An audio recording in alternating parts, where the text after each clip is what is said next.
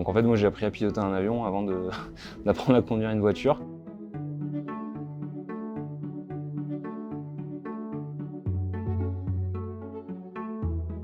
Salut Melty, je m'appelle Olivier, je suis pilote de chasse dans la Marine nationale et je suis là pour vous parler de mon parcours. Pilote, c'est un peu un rêve de gosse, c'est un truc que j'ai toujours voulu faire depuis que je suis tout petit. Mon père était dans la Marine aussi, donc il a travaillé sur les vieux porte-avions et de temps en temps, il m'amenait à bord et parfois il y avait encore les avions qui étaient sur le porte-avions. C'est quelque chose qui m'a suivi, je pense que c'est un rêve un peu commun peut-être, mais moi ça m'a pas lâché. C'est pas forcément un prérequis, mais moi j'ai eu l'occasion de passer un BIA. C'est un brevet d'initiation à l'aéronautique, ce que j'ai fait dans mon lycée en fait.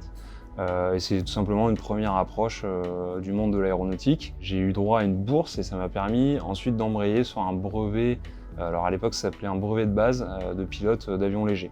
Donc en fait moi j'ai appris à piloter un avion avant d'apprendre à conduire une voiture. Pilote dans la marine, c'est tout simplement piloter les avions, les hélicoptères qui vont entre autres se poser sur les bateaux de la marine. La marine elle a ses propres avions justement et donc son propre personnel qui gravite autour de ces avions. C'est pas vraiment le côté Top Gun qui m'a donné envie de devenir pilote, mais j'ai appris à apprécier le film, notamment parce que j'aime bien le cinéma, donc pour moi Top Gun c'est quand même un film assez mythique. Je suis originaire de la région de Toulon à la base, c'est là où je suis né, où j'ai grandi en grande partie, et c'est également là où j'ai appris à piloter, pas très loin de Toulon, dans la région sur l'aérodrome de Cuers. Je suis basé en Bretagne, je travaille dans le Finistère Nord, du coup sur la base de Landivisiau, et c'est là que je travaille à l'année lorsque je suis pas déployé sur le porte-avions. Faut savoir que les avions, ils accompagnent le porte-avions, mais ils n'appartiennent pas vraiment au porte-avions.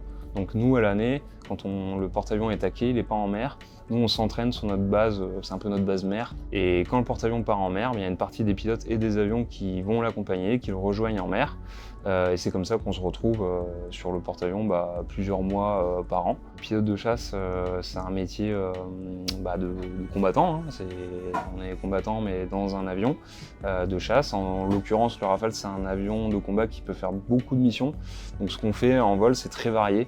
Là, au cours de la dernière sortie opérationnelle qu'on a fait sur le porte-avions, sur la même mission, moi j'ai été amené à faire des vols de reconnaissance, d'observation, de prise de photos, ce genre de choses. On a également fait de la surveillance aérienne en Irak et en Syrie, par rapport à certains intervenants dans des pays limitrophes ou dans la région tout simplement, pour pouvoir observer aussi l'espace aérien. Et puis suite aux événements en Ukraine, on a dû se redéployer et là on est passé sur des missions de présence en fait dans des pays de l'OTAN pour rassurer entre guillemets ces pays. Donc c'est des vols qui sont assez longs. Pour les vols opérationnels, ça peut facilement atteindre 6h30 voire 7h. C'est aussi un peu un challenge parce qu'on peut être amené du jour au lendemain à faire une mission complètement différente.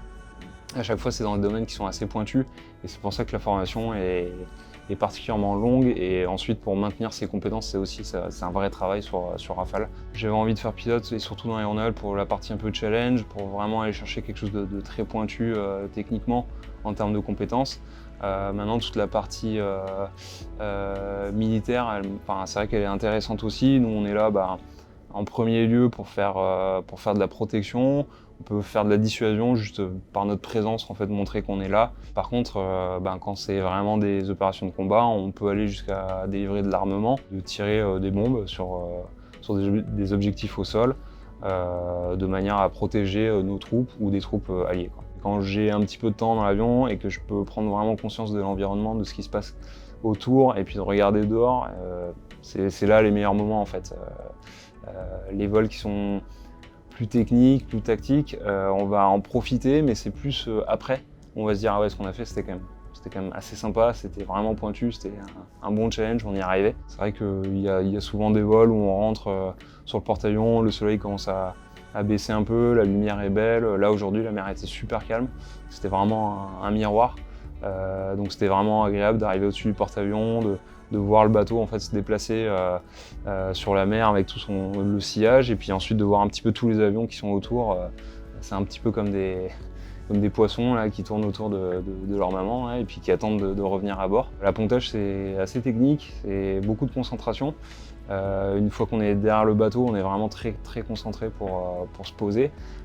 Mais toute la phase avant, on est autour du bateau, on est bas sur la mer, Cette phase-là, moi, je la trouve très agréable, surtout quand les conditions météo et tout sont sympas. Je croise souvent des gens qui me disent « Ah, moi, j'aurais bien voulu être pilote, mais j'ai pas essayé, c'était trop dur. » Mon plus grand conseil, et c'est peut-être le plus simple, c'est allez-y, quoi, faut tenter. Donc, faut se donner les moyens, faut se préparer, mais c'est pas inatteignable. Moi, je suis pas triathlète, je suis pas ingénieur, enfin, je suis pas Thomas Pesquet, quoi. Donc, c'est atteignable. C'est quand même un métier élitiste. Faut pas se mettre de barrière à soi-même. C'est quand même dommage. Et souvent, j'ai rencontré des gens qui m'ont dit « Ah, j'aurais bien voulu essayer », et je leur dis « Mais pourquoi t'as pas essayé ?» C'était trop dur. C'est dommage. Donc, moi, c'est mon conseil, c'est il faut y aller, quoi. Faut tenter. Franchement, on n'a rien à perdre. Essayez et puis on verra ce que ça donne.